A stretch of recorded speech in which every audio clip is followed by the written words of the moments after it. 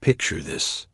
You're standing on the windswept shores of 9th century Norway, watching a longship cut through the icy waters of the fjord. A dragon-carved prow gleams in the pale morning light as dozens of oars slice through the waves in perfect rhythm. But as the vessel draws closer to shore, something hits you that no Hollywood movie or romantic novel ever prepared you for. That smell. Sweet Thor's hammer. That overwhelming, gut-wrenching stench that makes your eyes water and your stomach lurch. This isn't the sanitized fantasy of brave Viking warriors you've seen on screen. This is the brutal reality of Norse seafaring, where the most feared warriors in medieval Europe lived in conditions of personal filth that would make a modern sewage worker pass out cold. Among those warriors stepping off that longship are figures that have captured imaginations for over 1,000 years. The Shield-maidens. Legendary female warriors who supposedly fought alongside their male counterparts, wielding sword and axe with deadly precision. But here's what the sagas don't tell you, what the romanticized depictions conveniently leave out. But here's what the sagas don't tell you, what the romanticized depictions conveniently leave out. You're about to discover the grotesque truth behind the Viking Shield-maiden legend. A reality so shocking, so utterly revolting, that it will forever change how you think about these supposed paragons of medieval femininity. Because beneath the gleaming mail and behind the fierce war cries lay hygiene practices that were less about cleanliness and more about biological warfare. This is the story of how the harsh realities of medieval Norse life created walking. Biological disasters disguised as warrior women. How survival in the frozen wastelands of Scandinavia demanded sacrifices to human dignity that would horrify even the most battle-hardened modern soldier. The Shield-maidens weren't just fighting enemies with weapons. They were fighting a constant war against their own bodies, against parasites, disease, and the kind of accumulated filth that could literally be weaponized in close combat. The very concept of the Shield-maiden has been romanticized beyond recognition.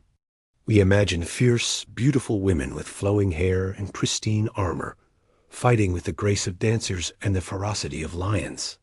But the archaeological evidence tells a very different story. These weren't the elegant warrior goddesses of modern fantasy. They were survivors of one of history's most unforgiving cultures, shaped by environmental conditions so harsh that basic human hygiene became a luxury few could afford. Let's start with the most fundamental aspect of their daily existence: bathing. In the modern world, we take for granted the ability to wash ourselves regularly, to maintain basic cleanliness as a matter of course. But in 9th century Scandinavia, water itself was a precious and often dangerous resource. Rivers froze solid for months at a time. Indoor plumbing was a fantasy that wouldn't exist for centuries. And the very act of removing clothing in sub-zero temperatures could mean death from exposure. The Norse concept of cleanliness was fundamentally different from our modern understanding. What we would consider basic hygiene, they viewed as an unnecessary risk to survival. A Shield-maiden preparing for a raid might not see warm water for weeks at a time.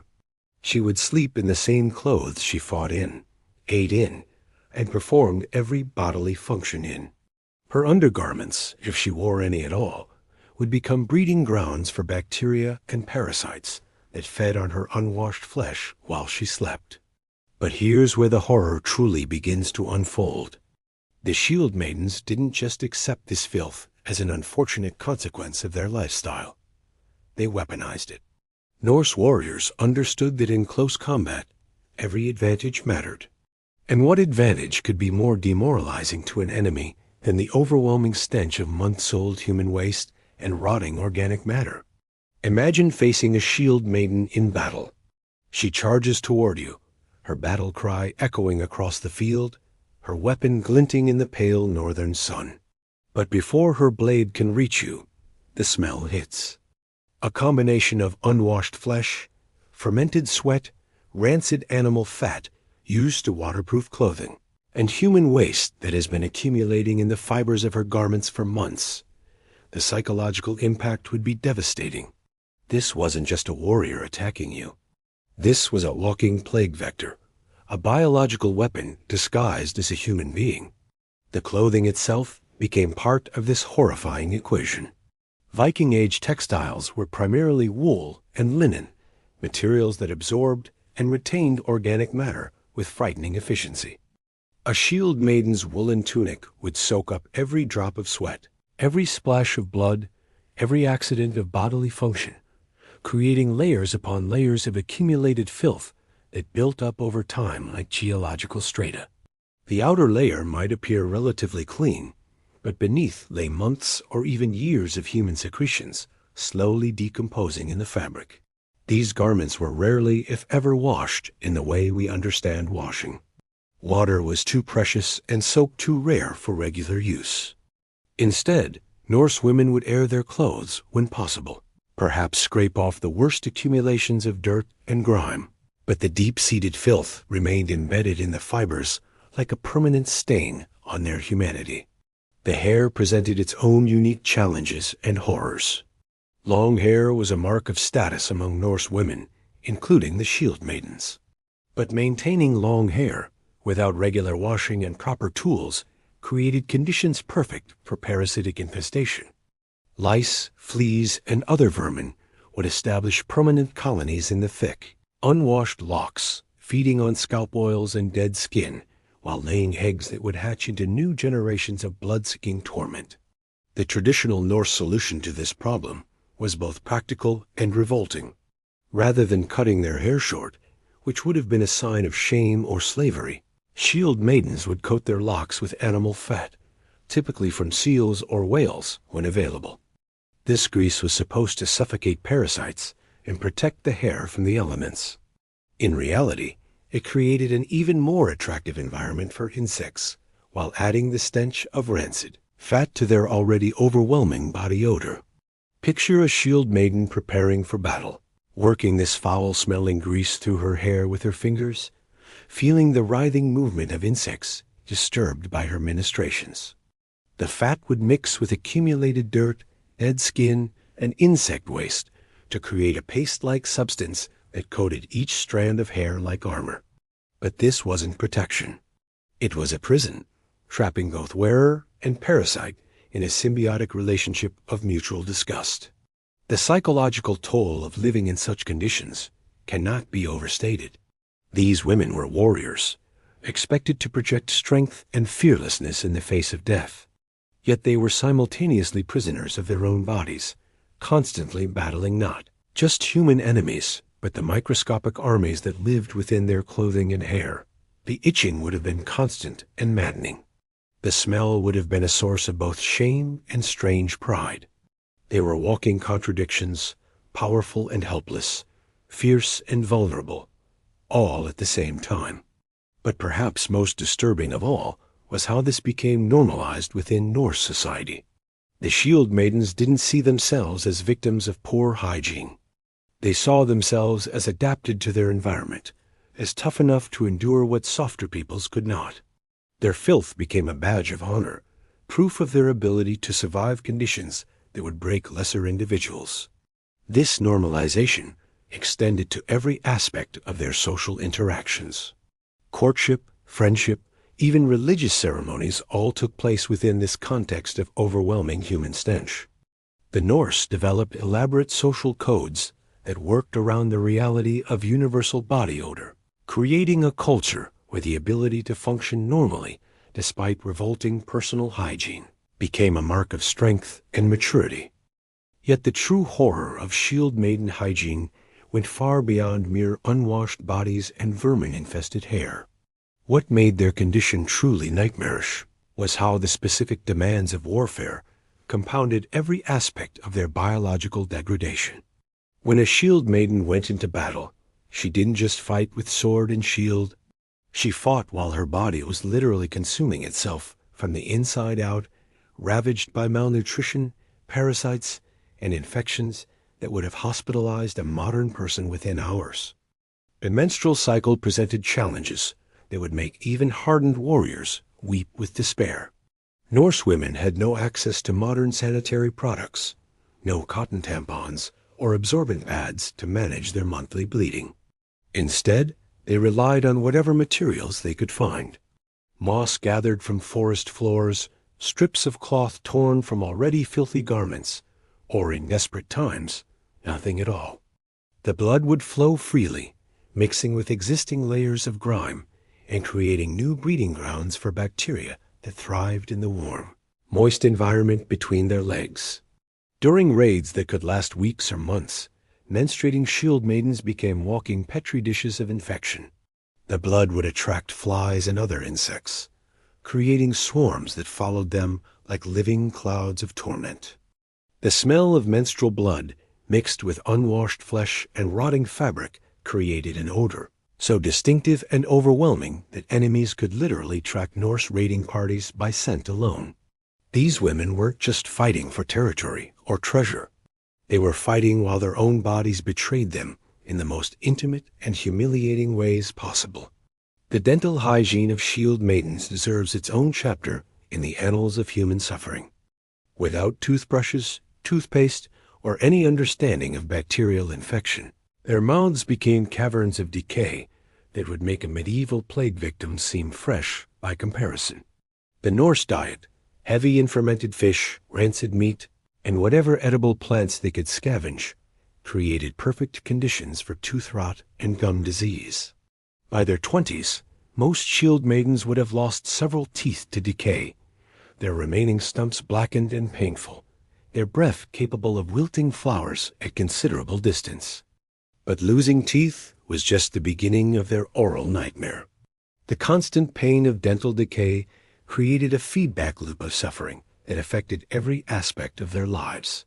Eating became agony, forcing them to swallow food without proper chewing, leading to digestive problems that compounded their nutritional deficiencies. Speaking clearly became difficult, giving many shield maidens distinctive lisps or slurred speech patterns that marked them as members of their warrior class.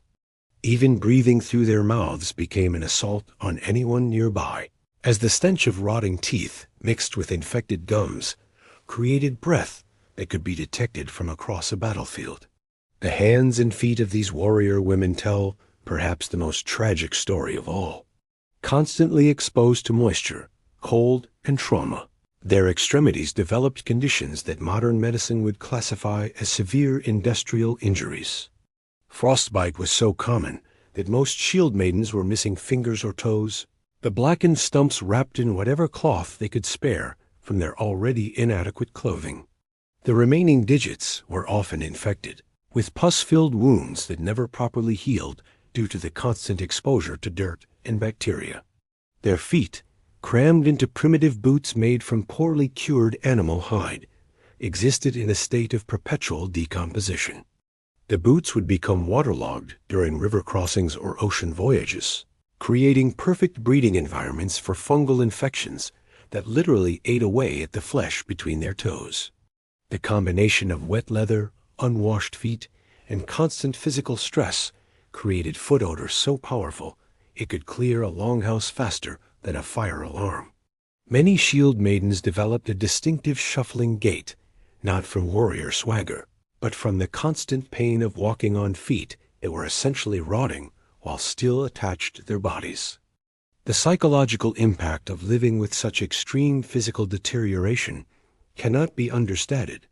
These women existed in a constant state of low-level agony, their bodies failing them in ways both visible and hidden. Yet they were expected to project strength, to inspire fear in enemies and confidence in allies.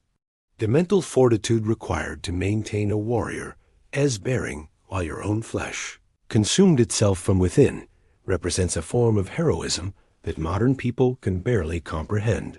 Sleep became another battlefield in their war against their own bodies. Without proper bedding or shelter, shield maidens would often sleep in their armor, using their shields as pillows and their weapons as teddy bears. The metal would conduct cold directly to their skin, creating a sleeping experience that was more like controlled hypothermia than rest. Their unwashed bodies would stick to the metal surfaces, leaving patches of skin and hair behind when they finally rose for another day of warfare. The dreams that visited them in these brief periods of unconsciousness were often nightmares of sensation rather than vision.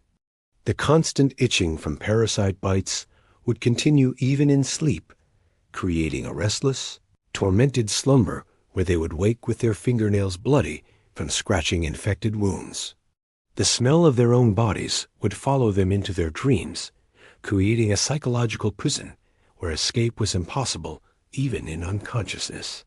Perhaps most horrifying of all was how this extreme degradation of human dignity became a source of perverse pride within Shield-maiden culture. The ability to endure such conditions without complaint was seen as proof of worthiness, evidence that these women possessed the spiritual strength necessary to serve the gods of war.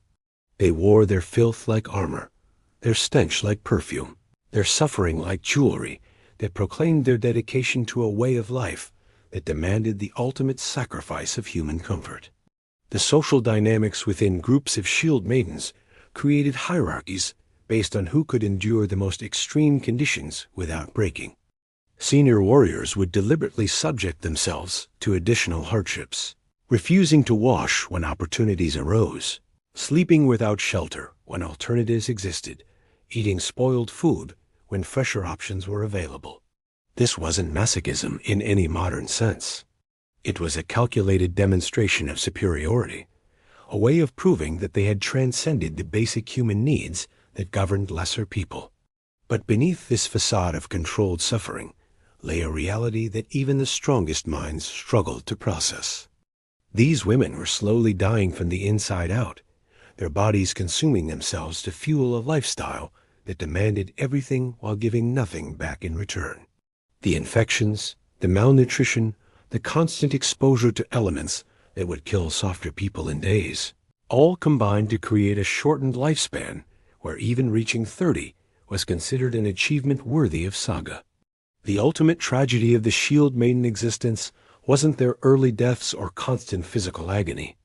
It was how completely they had been erased as human beings, transformed into weapons that happened to inhabit female bodies. Their femininity became another casualty of their warrior lifestyle, sacrificed on the altar of survival in ways that would horrify even the most hardened modern soldier. Consider the intimate reality of their monthly cycles during extended raids. When a Shield-maiden's bleeding began while deep in enemy territory, she couldn't retreat to privacy or seek comfort from other women. She had to continue fighting, marching, and sleeping rough while blood flowed down her legs, mixing with existing layers of grime to create new colonies of bacteria that festered in the warm, moist environment beneath her armor. The iron and leather would chafe against infected skin, creating open wounds that never had the chance to heal properly. The psychological impact of menstruating in full armor during combat operations created a form of dissociation that many Shield-maidens never recovered from. They learned to separate their minds from their bodies, to function as fighting machines while their flesh betrayed them in the most intimate ways possible. This wasn't strength. This was a form of survival that came at the cost of their humanity. Their reproductive systems, subjected to such extreme stress and neglect, often shut down entirely. Many Shield-maidens stopped menstruating altogether, their bodies recognizing that pregnancy would be impossible to survive in such conditions. They became living contradictions, women whose bodies had rejected womanhood as incompatible with survival. The very biological functions that defined them as female became enemies to be conquered rather than natural processes to be managed. But perhaps the most devastating aspect of Shield-maiden hygiene was how it affected their relationships with other human beings. Love, friendship, even basic human connection became nearly impossible when your very presence could clear a room faster than a fire. These women existed in a state of involuntary isolation, surrounded by people, but unable to form genuine bonds because of the biological barrier their own bodies had become. The few romantic relationships that did develop among Shield-maidens took on a grotesque quality that mocked the very concept of intimacy. Partners would have to overcome not just the normal challenges of human attraction, but the overwhelming sensory assault of extreme body odor, visible parasite infestations, and the constant presence of infected wounds. Love became an act of heroism that required its own form of courage. The willingness to embrace another human being, despite their transformation into a walking biological disaster. Even death offered no dignity for these warrior women. When a shield maiden finally succumbed to the accumulated damage of her lifestyle, her body would often be so ravaged by infection and parasite infestation that proper funeral rites became impossible. The traditional Norse practice of burning the dead on funeral pyres took on new meaning, when the corpse was so saturated with organic decay that it would burn with an unnatural intensity, filling the air with smoke that reeked of rotting flesh and rendered animal fat. The archaeological evidence tells the final chapter of this horror story. Excavated remains of women believed to be shield maidens show bone damage consistent with chronic malnutrition, repeated trauma, and systemic infections that modern medical science can barely comprehend. Their skeletons tell stories of lives lived at the absolute limit of human endurance, bodies pushed so far beyond normal capacity that they became something other than human. Dental remains reveal the true extent of their suffering. Teeth ground down to stumps from poor nutrition and stress, jawbones riddled with abscesses that would have caused constant agony. Evidence of infections so severe they would have been fatal without modern medical intervention. These weren't the remains of noble warriors. These were the bones of people who had endured systematic torture disguised as a way of life. The weapons found with these remains often show evidence of blood and organic matter embedded so deeply in the metal that it became part of the weapon as structure. These weren't just tools of war. They were repositories of human suffering, carrying the biological signature of their wielders, like grotesque family heirlooms passed down through generations of violence. As we reach the end of this horrifying journey through the reality of shield maiden existence, we must confront the most disturbing truth of all. These women have been transformed by modern fantasy into symbols of female empowerment and independence, when in reality, they represent one of history's most complete destructions of human dignity. The romanticized image of the fierce, beautiful warrior woman is not just historically inaccurate. It's a grotesque insult to the suffering these real women endured. The shield maidens were not empowered. They were trapped in a system so brutal that it literally consumed their humanity from the inside out. Their supposed choice to become warriors was often no choice at all, but a desperate attempt to survive in a culture that offered women few alternatives to starvation, slavery, or death. The warrior's path promised glory and independence, but delivered only biological horror and social isolation. Perhaps most tragic is how their stories have been sanitized for modern consumption, their suffering erased to create palatable entertainment for audiences who could never comprehend the reality they endured. Every romanticized depiction of shield maidens in movies, television, and literature represents a form of historical violence, transforming real human suffering into fantasy fodder that bears no resemblance to the lived experience of these women. The archaeological evidence continues to emerge, each new excavation revealing fresh horrors about how these warrior women actually lived and died. Recent discoveries include mass graves where shield maidens were buried together, their remains showing evidence of systematic malnutrition and disease that suggests their communities were unable or unwilling to care for them, even in death. These weren't honored warriors receiving heroes' burials. These were damaged people, discarded like broken tools once their usefulness ended. Modern forensic analysis of preserved textile fragments found at Viking sites reveals the true extent of their hygiene nightmare. The fabric samples contain bacterial colonies that have remained dormant for over 1,000 years, creating a biological time capsule that tells the story of human suffering in microscopic detail. When scientists reactivate these ancient bacteria in laboratory settings, the stench they produce is so overwhelming that researchers must work in sealed chambers with industrial-grade ventilation systems. The psychological profiles that emerge from studying these remains paint a picture of women who existed in a constant state of dissociation, their minds separated from their bodies as a survival mechanism against unbearable physical reality. This wasn't strength or courage in any meaningful sense. This was a form of mental illness induced by circumstances so extreme that normal human psychology could not process them. Yet we continue to celebrate these women as heroes, to hold them up as examples of female empowerment and strength. We ignore the reality that they were victims of a system so brutal that it transformed human beings into walking biological weapons, their very existence. A testament to the depths of suffering that humans can endure when survival demands the complete sacrifice of dignity. The shield maiden myth serves modern purposes that have nothing to do with historical truth. It feeds our hunger for stories of strong women who can compete with men on men's terms, who can embrace violence and aggression as paths to respect and power. But this fantasy comes at the cost of erasing real women's real suffering, turning genuine human tragedy into inspirational fiction. When you next encounter a romanticized depiction of Viking shield maidens, remember the women we've met today. Remember the constant itching from parasite infestations that drove them to scratch until they bled. Remember the tooth decay that made eating agony and speaking difficult. Remember the infected wounds that never healed, the menstrual cycles managed with moss and filthy rags, the feet rotting inside waterlogged boots. Remember that beneath every fantasy of female warriors lies a reality of human suffering that defies comprehension.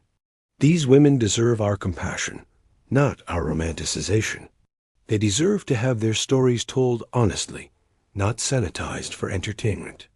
They deserve recognition as victims of circumstances beyond their control, not celebration as heroes who chose their fate.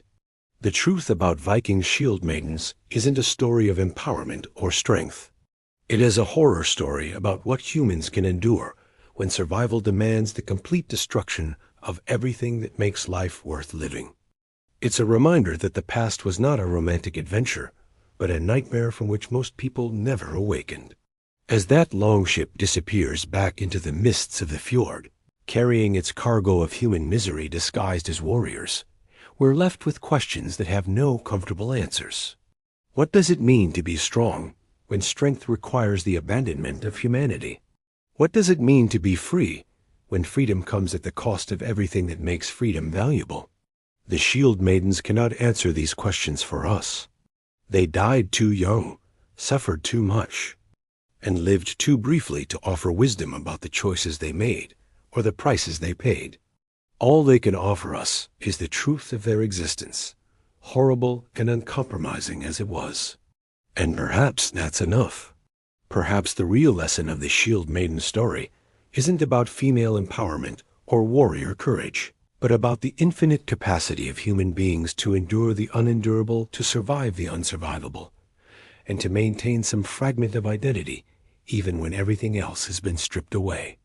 The next time you see a sanitized Hollywood version of these legendary women, remember what you've learned here today. Remember that behind every fantasy lies a reality too terrible for popular entertainment, too honest for comfortable consumption, too human for mythological transformation. The shield maidens were real, their suffering was real, and their stories, told honestly and completely, reveal truths about human nature and human endurance that no fantasy could ever capture.